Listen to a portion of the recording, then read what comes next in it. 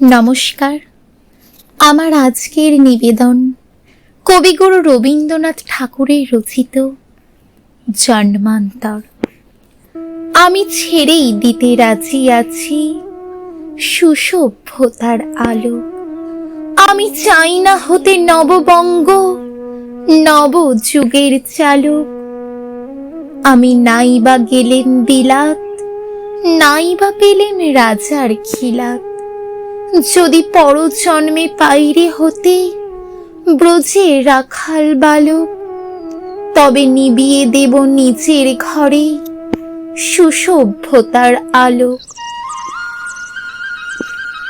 যারা নিত্য কেবল ধেনু চড়ায় বংশী বটের তলে, যারা গঞ্জা ফুলের মালা গেঁথে পরে পড়ায় গলে, যারা বৃন্দাবনের বনে সদাই শ্যামের বাঁশি শোনে, যারা যমুনাতে ঝাঁপিয়ে পড়ে শীতল কালো জলে, যারা নিত্য কেবল ধেনু চড়ায় বংশী বটের তলে।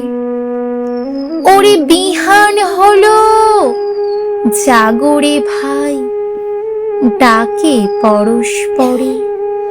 ওরে ওই যে দধি মন্ত্রধ্বনি উঠল ঘরে ঘরে।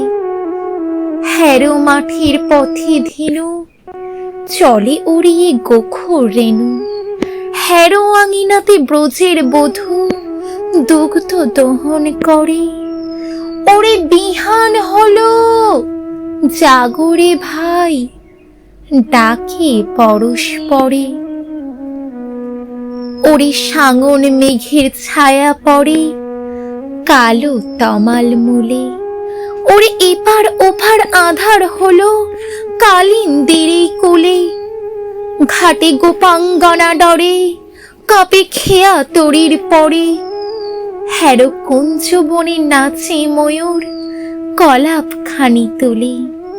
ওরে সাঙন মেঘের ছায়া পড়ে কালো তমাল মূলে। মোরা নব নবীন ফাগুন রাতে নীল নদীর তীরে। কোথা যাব চলি অশোক বনে শিখি পুচ্ছ শিরে। যবে দোলার ফুলরাশি দিবে নিপ শাখায় কষি। যবে দক্ষিণ বায়ে বাঁশির ধ্বনি উঠবে আকাশ ঘিরে। মোরা রাখাল মিলে করব মেলা নীল নদীর তীরে। আমি হব না ভাই নববঙ্গ, নব যুগের চালক।